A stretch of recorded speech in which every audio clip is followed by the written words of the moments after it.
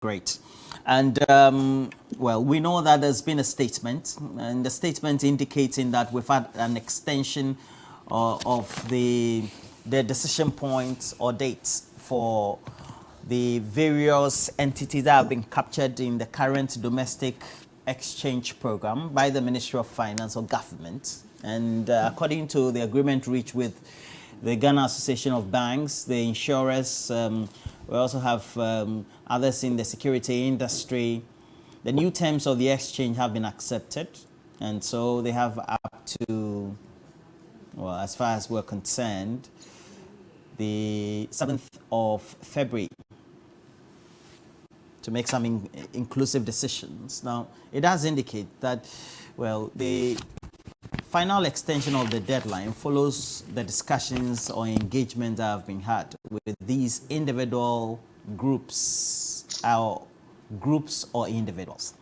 Now, an affirmation that all individual bondholders are free not to participate. However, upon a successful program, there will be very few of the old bonds in circulation, and unlikely or a likely limit of it being traded. So let's take note. There will be few of the old bonds in circulation after the period of expiration, and that will mean the acceptance of the exchange by all stakeholders. And then also, if you're holding old bonds, there's every indication that they'll become untradeable, according to this statement by the Finance Ministry. In this regard, the government is also pleased to make available the following alternative offers to encourage all individual bondholders to participate in the exchange. It also means that all individual bondholders who are below the age of 59 years will be offered instruments with a maximum maturity of 5 years instead of what existed until yesterday, 12 years, and a coupon rate of 10%. Now, all retirees, including those retiring this year, are being offered instruments with a maximum maturity of 5 years instead of until yesterday what was proposed to be 12 years or what's on the table as 12 years, and a coupon rate of 15%. Additionally, discussions are being finalized with organized labor and pension fund trustees on a separate arrangement, and this is in accordance with, so far, the discussions they've undertaken, some memorandum of understanding that they've had. And that gives us a certain perspective. But this is on the back of, well, I call it shifting cultivation of timelines or deadlines from the Minister of Finance, Ken Oforiatta. Now, we'll tell you the timelines that have, or goalposts that have been shifted for having a maturation or given an ultimatum to bondholders. The first deadline was December 19, 2022. The second deadline was December 30, 2022. The third was January 16, 2023. And the fourth was yesterday. Now we have the latest. So 5 times we've had deadlines. Now 7th of February is the last deadline. Or will it not be the last deadline? That is the question. So what did they say? If you look at past precedents, what does it mean? If we have individual bondholders or some of those captured who have decided or will be deciding not to, one, participate, what's the indication? Let's straight away get onto the streams, speak to Professor John Gachi. Professor John Gachi, what do you make of the proposal on the table now from the Finance Minister? Thank you very much for having me, and thank you for your viewers. I think these are proposals, as you said. It depends on whether or not the stakeholders involved will agree. And they will agree largely because it meets their expectation. From what the individual bondholders are saying, it means that the terms do not meet their expectation, and they are likely not to sign. And if they have not signed, it has implication for the entire program. So that is what it means.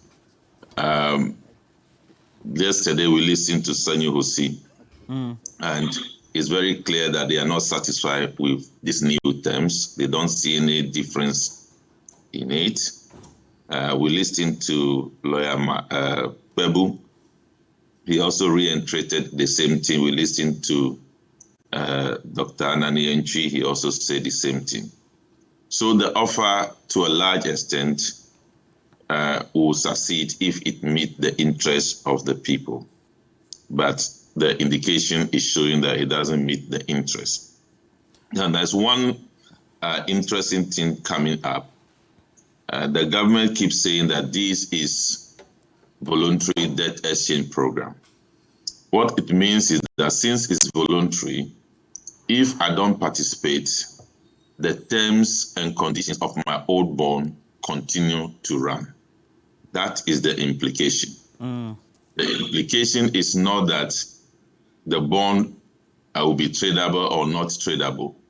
The implication is that if I don't participate, the terms and conditions of my bond will run, and those whose bond fall due in 2023, they will receive their due money, and those whose bond fall due in 2024 will receive their due money relating to the terms and conditions of the old bond. So that is the clarity on that matter. But it seems the finance ministry is trying to put some fear and panic in the individual bondholders or bondholders that if you don't sign to the program, there is no liquidity, etc. Those issues about liquidity and the rest has nothing to do with the terms and of the contract. You have signed contract to pay principal at maturity and pay periodic coupon. That is the contract. So I think that will create some problem for the parties to agree on at the end of the day. Now, when you go to pension funds, it was very clear to us that pension funds are excluded. But now it seems it is back to the equation. That may also bring some difficulties for parties involved in that. And until that is cleared, I'm not sure that we are heading towards a conclusion on the matter. Particular about the banking sector. The banking sector and the insurance sector, they are raising a serious issue about the involvement of GAT in the entire process. We know the history of GAT. We know how GAT came into the banking sector cleanup. We know the condition of the banks that have been benefiting from the investment of GAT. We know the boardroom ranking in some of them about who will take control or who not to take control. We also know about the two-tier investment approach by GAT. One, ordinary shareholding, then number two, preference shareholding. And the preference shareholding is particularly important because the preference shareholding, even though it's shareholding, the payment of the returns is like interest. The interest rank higher than dividend and other payment. So what it means is that every interest rank higher than payment of taxes. So what it means is that even if the banks are not making profit and for that matter are not paying dividend, the banks will cough off some money to GAT in terms of preference shares. Okay. And if you look at the entire equation, it doesn't make sense. Why? One, you are owing me, and you are telling me that you cannot pay, and the program I am bringing would destabilize your books. It will eat into your liquidity. It will eat into your capital. In fact, it will affect your solvency. Then you brought a program that would do that, then in attempt to resolve that problem that you are creating, you are bringing a vehicle to have shareholding in the banks. I do not think that the banks have created any impression that they needed shareholders to come into the banks. And that is a point that they are battling with.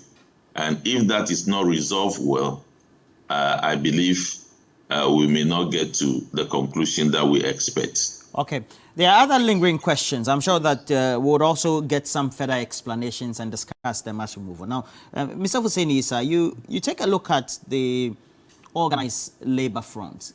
They now are indicating they want to have a discussion or negotiate because of that. I don't know whether it's a red herring that says that your bonds could be untradeable if they are of the old stock. So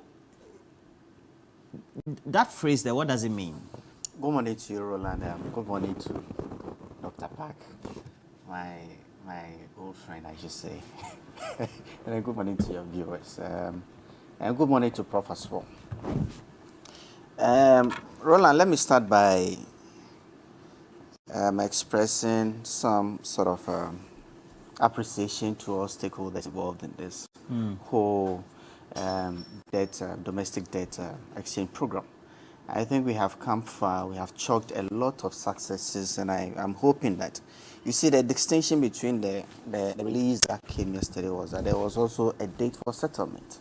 Yes. Intended settlement, yes, on 14th. Yes. So it means that we have made very great strides, and I pray and hope that we are able to continue this. And essentially, when you mention the pension funds, I think what the release said yesterday was to finalize what had been agreed earlier.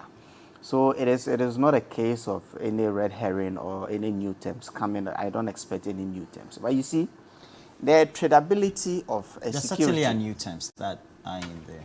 I mean, I'm talking specifically for the pension funds, okay, and what organized labor is being worried about.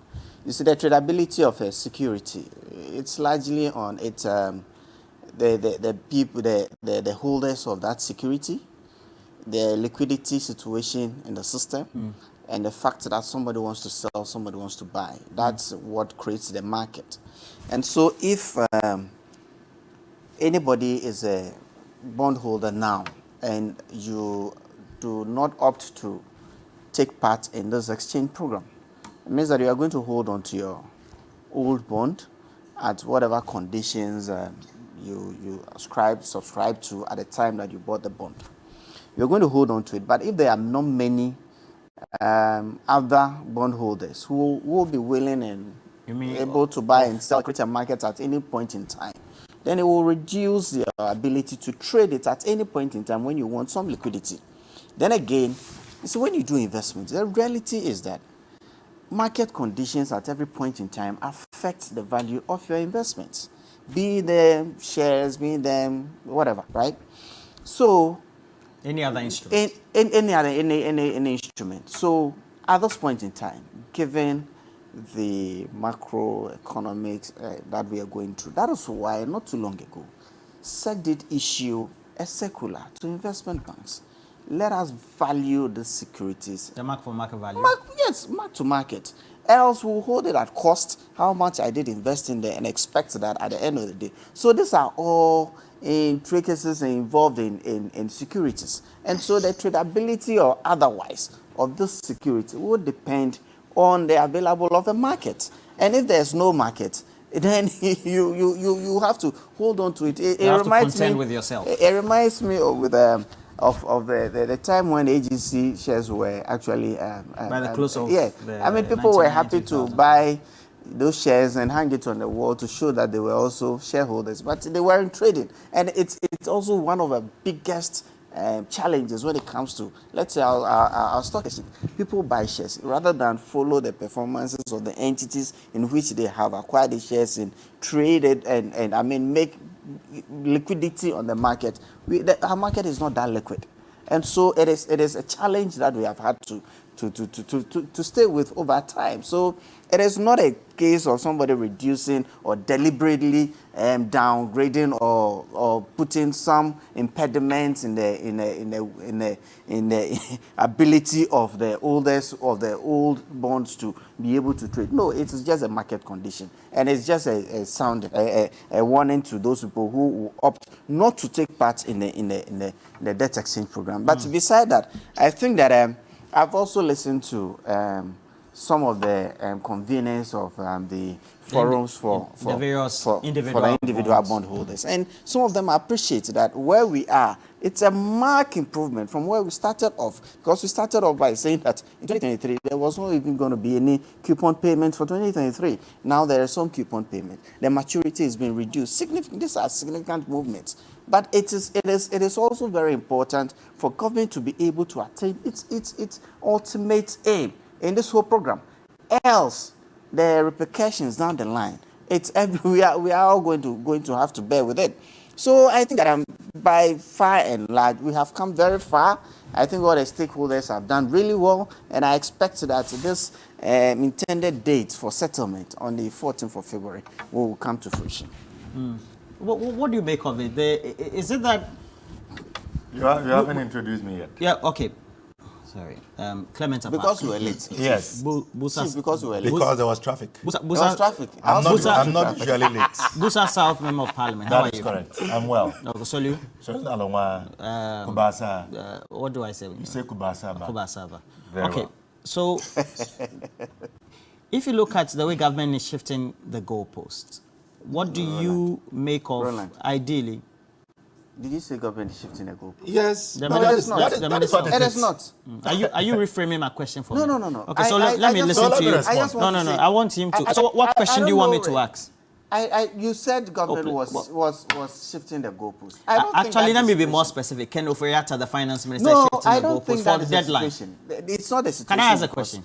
It is not. Can I ask a question, Mr. Maybe I just want to. Did you come to fight me? No. How could I fight? Okay, so let me ask a question. Well, so if you look at the way Ken Oforiatta, because he doesn't want me to use the larger term government, has been shifting the goalposts from a deadline of December 19, 2022, and we're now February 7.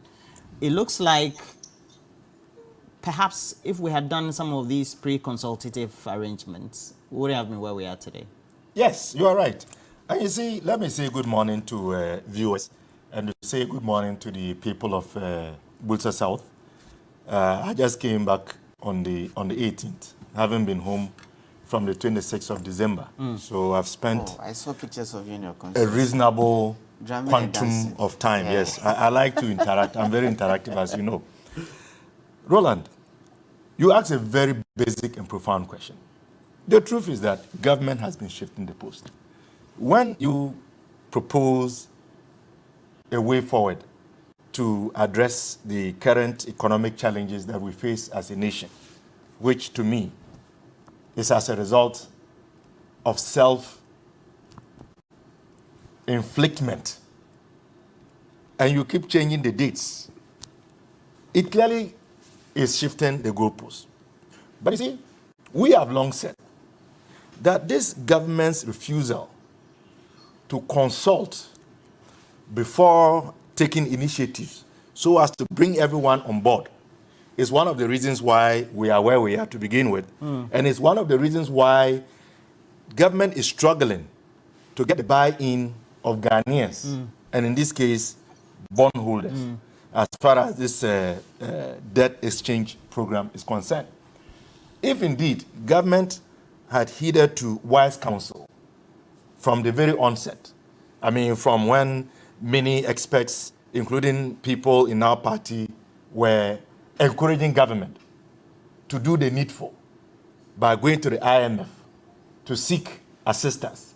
Wouldn't If have been government where we are. had listened, But now we are here. we won't be where we are. Now we are here. And secondly, even after government was compelled by circumstances to eat humble pie and to go to the IMF, we had again suggested that, look, you need to organize a national stakeholders forum, bring the best brains of our republic together, sit them down around the table, put all your cards on the table, let them know the dire consequences ahead of us.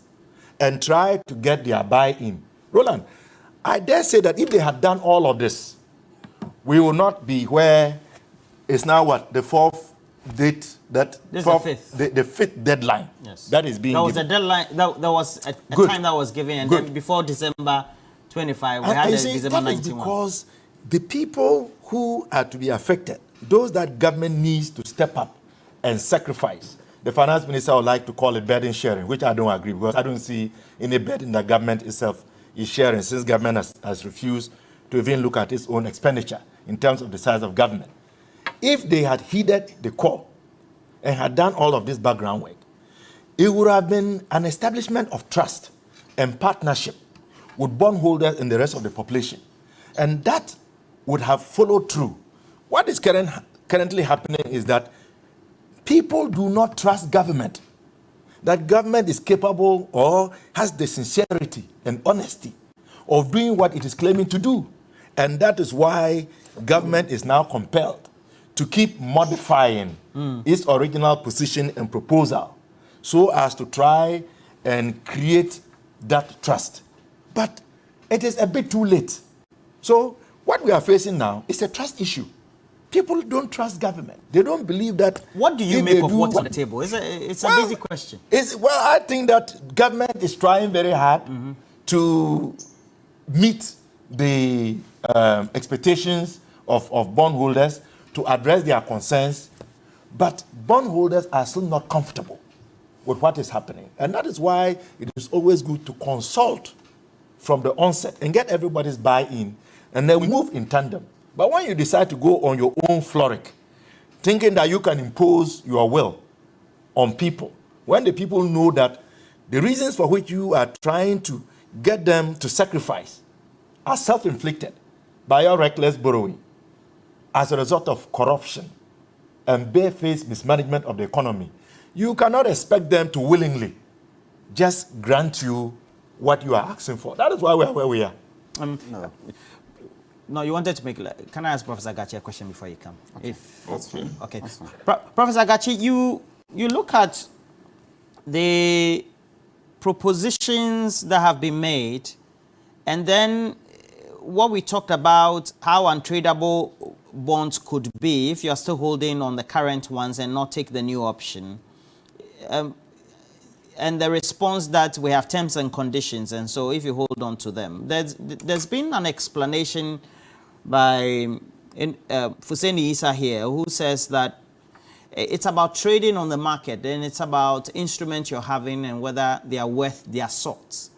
And if you look at the larger labor groups or organized labor, they run the risk of perhaps holding on to bonds that could be worthless. I mean, if my language is too harsh, maybe could not be redeemable, so to speak, in terms of the capital. What should be the type of discussion they need to be having with the finance ministry at this point regarding the new options that have been given?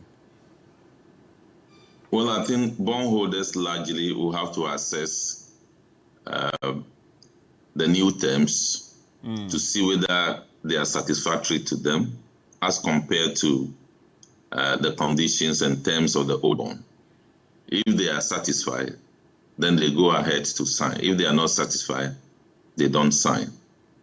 To a large extent, those explanations about liquidity and the market conditions are true, but unfortunately, bond is not the same as shares.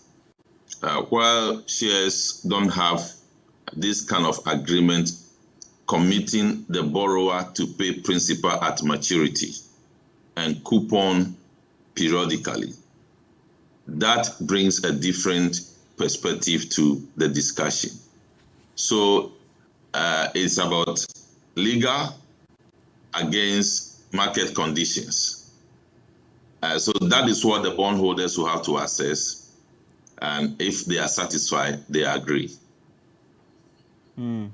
There's an issue about, even though there could be legality, the finance minister, I believe before today or before yesterday, giving an indication that even if you want to engage in some level of legalities at the court, because of the exigencies of the time, the difficulties we find ourselves, there will be some considerations that also could be made within that area if you're seeking some redress from the courts.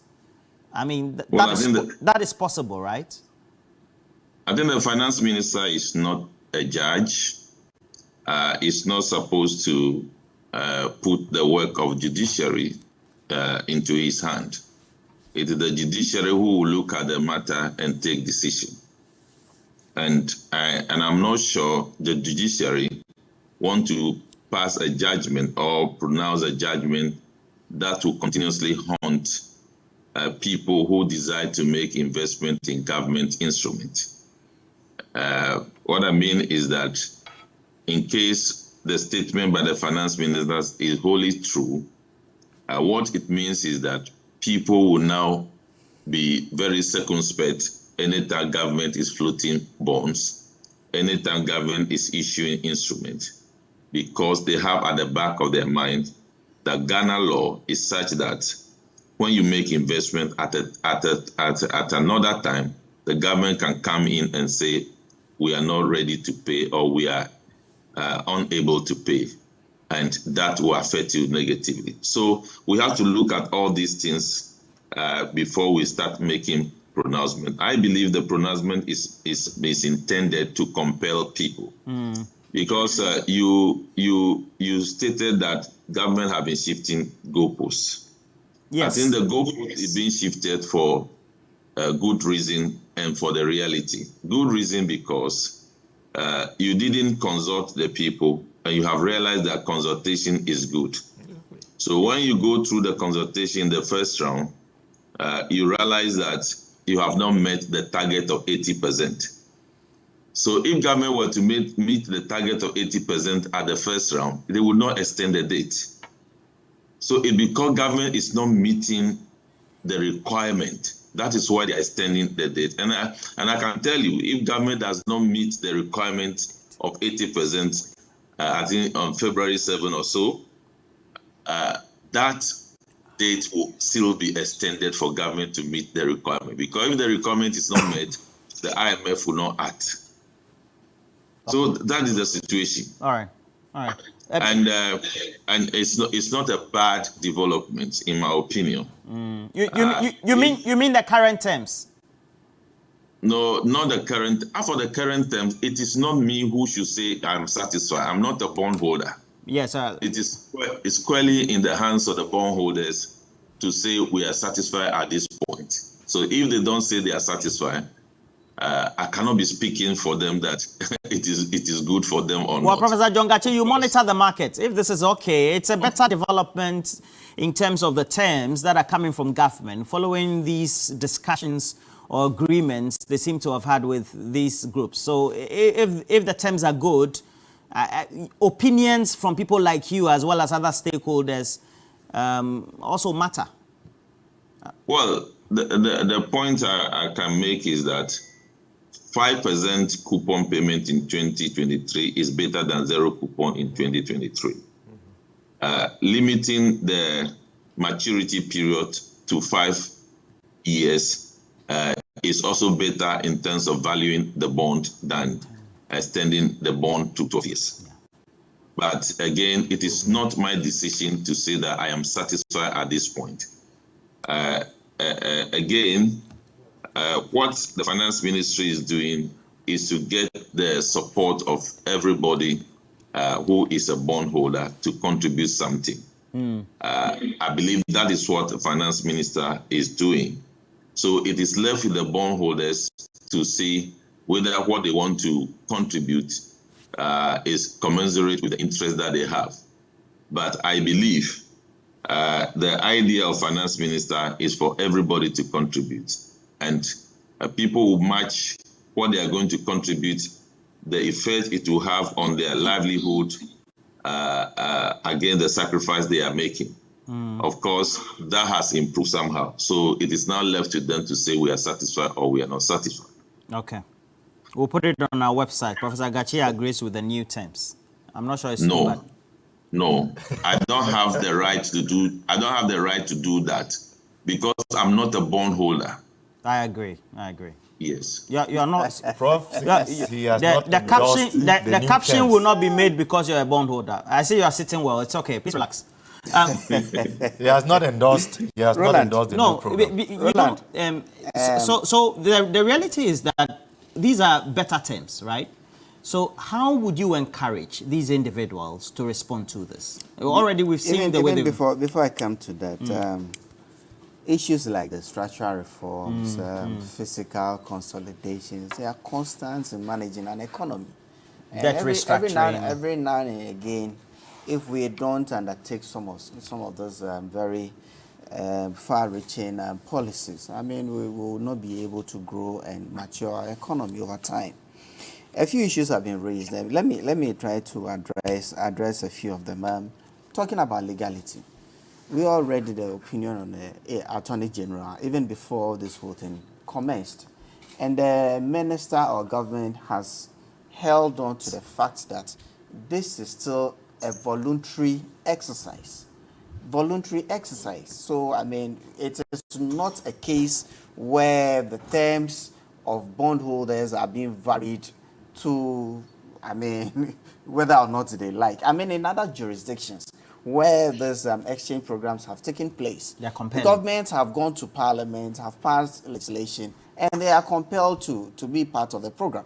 We have decided that we are not going to unilaterally vary the terms of these bondholders. So it is still a voluntary exercise. And I mean, you have the option to decide whether you want to hold on to your current bonds or be part of the exercise. There also the case of shifting the goalpost. You see, in finance, like we said, or the president said not too long ago, CPD.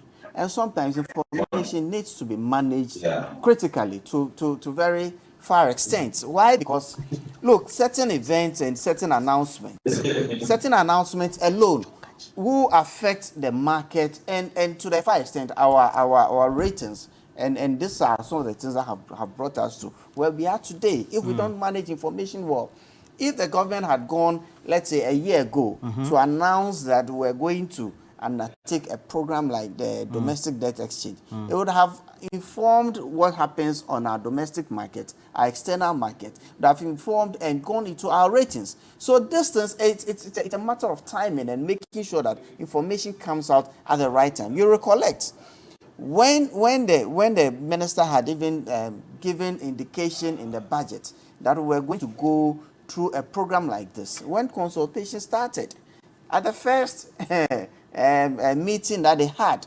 unfortunately, apparently somebody had done some recordings, brought out some information. So rather than the minister even launching this whole program on a Monday morning, he was forced to make an announcement on a Sunday evening, just so that people do not get apprehensive and overly worried to go and cause a run on the banks on a Monday morning. So he had to tell people, look, if you had... He was preempting. You see, and it's also because of poor stakeholder engagement. It is not because what I'm saying is that the recording was emanating from a meeting he had with bondholders in the banking sector. Exactly. And you could even hear snippets of them making comments that this is serious. You recollect that way back in September. Big bosses of the banks. Way back in September, a committee had been put in place to engage the same stakeholders. Way back in September, a committee had been put in place to engage the security stakeholders within the insurance securities, within the banks, to ensure that if we had to go through this program, how are we going to do it to the mutual benefit of all stakeholders? So it is a case of managing information and making sure that you don't go ahead of yourself, give some information that will affect the market conditions and ultimately affect your ratings and all of that. So it is a case of us going through a greenfield. We have never undertaken this exercise here. We are looking at best practices, what happened in other jurisdictions that made their programs successful, and we are learning from it. So it is not a case of stakeholder engagement not having taken place at the right time. It is a case of also managing the information that goes to the market that ultimately affects the market. Okay, you asked the question. Now that I've addressed that. No, I'm saying that how do they respond to this? Then how would you? How would I encourage them to respond to this? I have said that. I have said that. I very much appreciate where we have come from and where we are today. It's been a very trying time. It's a green field.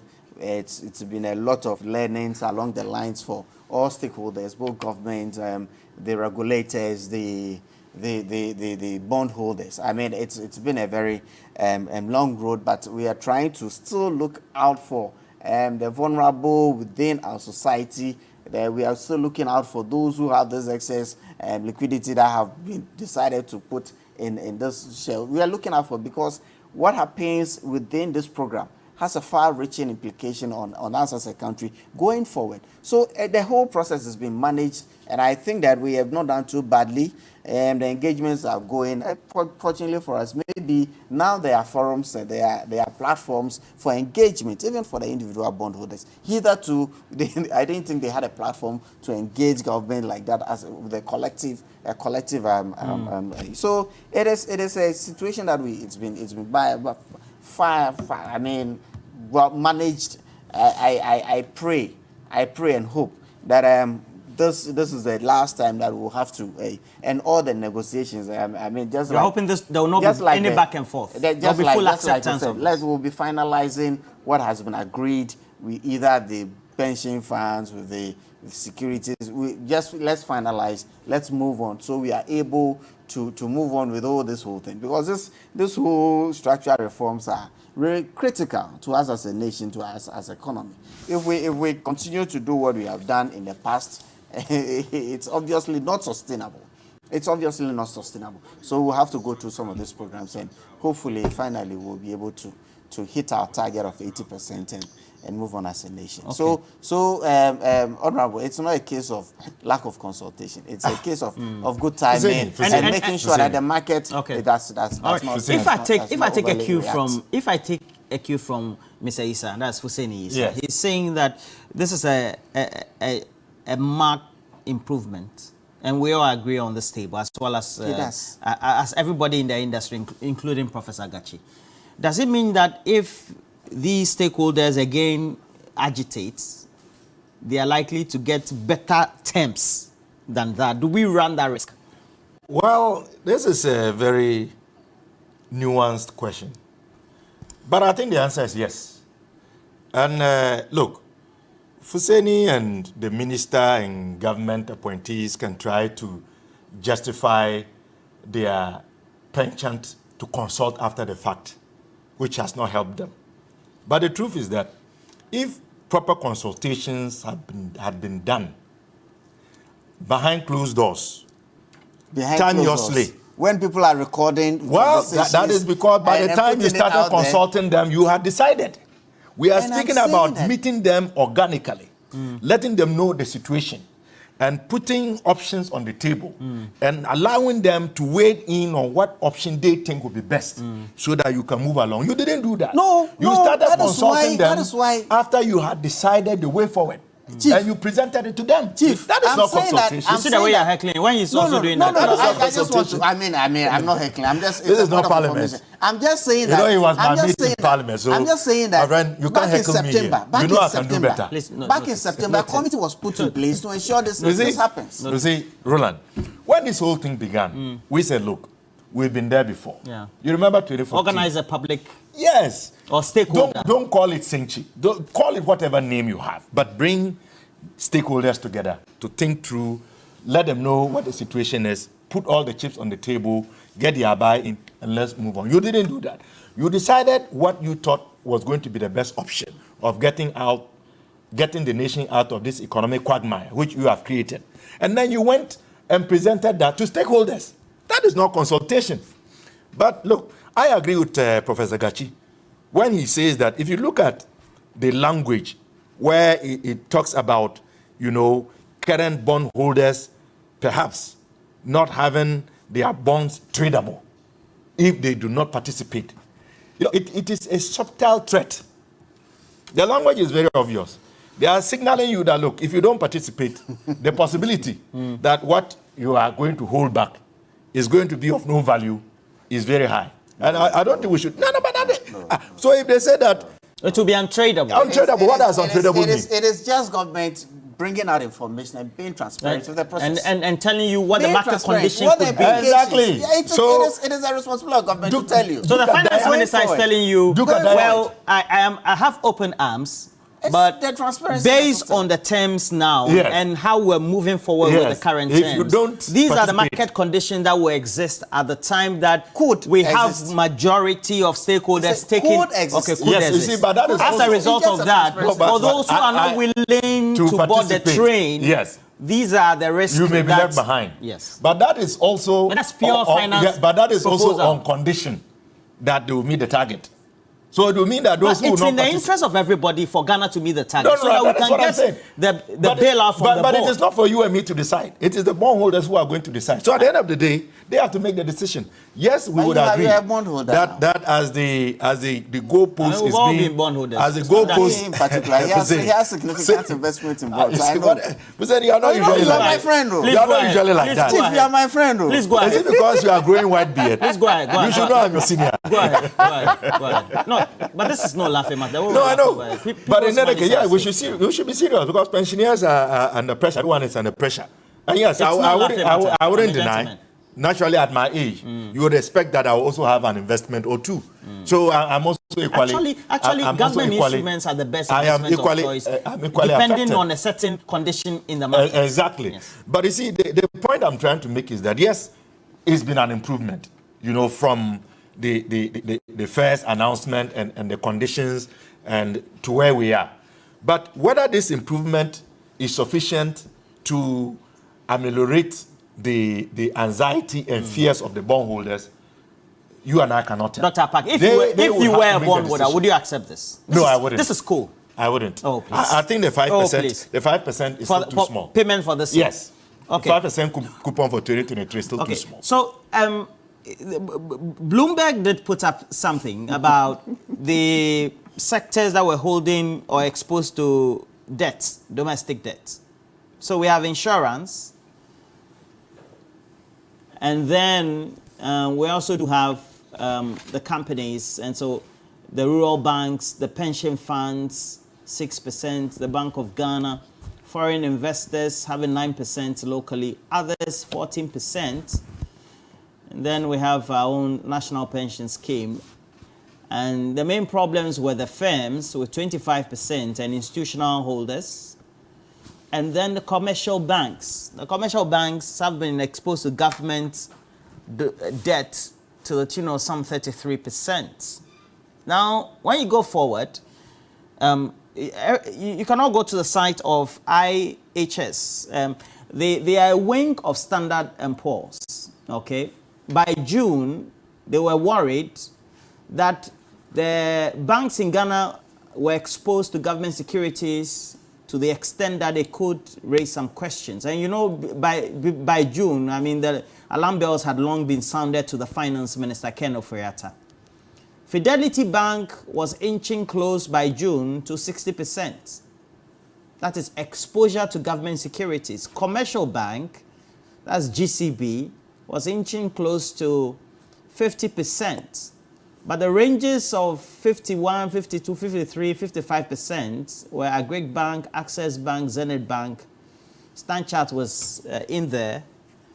But it also raises questions about the exposures of the financial sector, the institutions, etc. 25%, 33%, as put up by Bloomberg, as we have also from, based on figures read from the Bank of Ghana and monitoring firms. Professor Agachi, if you lump all these together, it also means that the exposure of the banks should concern all of us in this matter. You look at the terms now, are they better for the banks based on the exposures they are to these debts or securities? Okay, thank you. I think I need to put on record that it is not June that the government of Ghana was made aware of the exposures of the bank. Certainly. Number one, the regulator knows about that exposure. The banks themselves were worried about the exposures. In fact, there was downgrade of about 2 or 3 of the banks, I think in 2021, because of huge exposure to government instruments. So that was on record. It's also on record by a paper provided by the Ministry of Finance indicating that about 89% of lending to government was coming from the financial sector. So this is something that we are aware of a long time, but we fail to manage the process to reduce the exposures. And here we are. The exposures are huge. The zero coupon payment for these bonds in 2023 and now 5%. One would say the 5% is better, but that will not resolve the exposure risk of the financial institutions. The exposure risks are still there. This will create multiple problems. There will be erosion in liquidity. There will be erosion of capital. And that is where solvency issues come in. And that was the reason why Financial Stability Fund was being set up. The understanding of Stability Fund is in line with liquidity support. And liquidity support is a mandate by the Bank of Ghana to execute to financial institutions. Now, the banks, after the Association of Bankers signed that understanding with the finance minister, that is the joint press conference. We're waiting for clarity on the access to the Financial Stability Fund. They were waiting only to get last minute that financial stability is not going to be administered by the Bank of Ghana. They have asked a creation which was used in the banking sector cleanup that called GATT to now do that. And you realize that the foreign banks have signed, about 8 of the foreign banks have signed to the debt exchange program. The reason is that those foreign banks will never go to Bank of Ghana for financial support. So they will rather depend on their mother banks from their home countries for any liquidity support. And that is the reason why they went ahead to sign. So now the banks are now thinking about the structure of the GATT. Is it fair for you to claim I should allow you to extend the maturity of my bond? Is it fair that my bond ranks around 19%, you are giving me 5%? Then a creature like GATT will come and have a shareholding in the banks.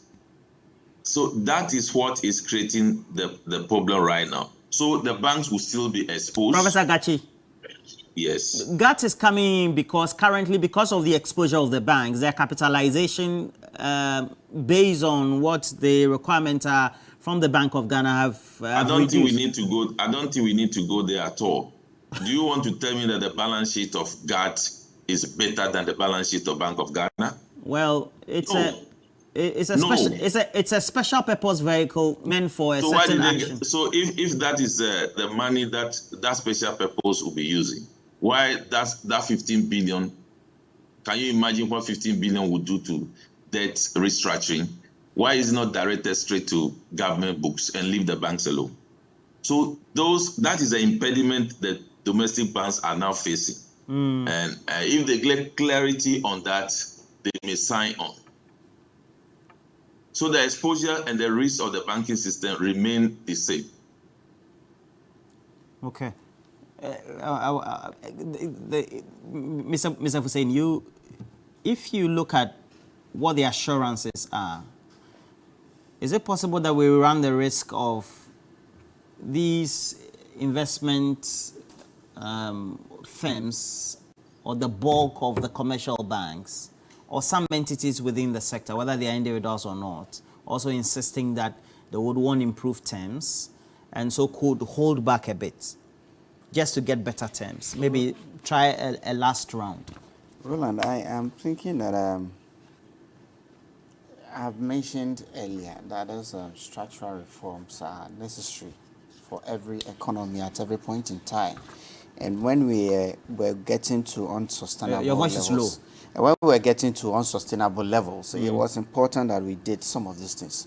You see, Yeah, what true. let's go back to what brought about the creation of GATT, Ghana Amalgamated Amalgamated Trust. Trust.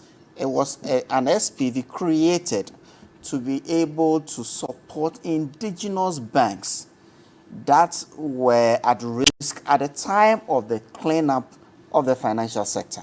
So this is an SPV, and it is run on the model of a PE sort of fund, such that when it invests or makes some disbursement into banks, it will structure it some way, either equity, either semi-equity instruments and all of that. So if we have a vehicle like this that was set up for this purpose and we have to go through another structural reforms, doesn't it make sense for us to revert to this SPV that is also a creation of legislation in this country so that we are able to use it? You see, these structural reforms, they are necessary to the extent that some of the things that are coming out. Look, our banks, even within at the height of COVID, were reporting super profits, right? And we are getting to know that 60% or more of their incomes come from trading in government securities. Now we are being told that 89% of lending that government comes from the banks. Is that really the only role the banks could play? It is an opportunity. We could take opportunity of Is that this the role? reforms. Which We could the take, bank should? What role are you talking about? the banks probably could fund more economic activity. They could also say NPLs, When you throw a bait to a mouse, NPLs, interest rate regime, what do and you all of expect? that. What do you expect the mouse to do?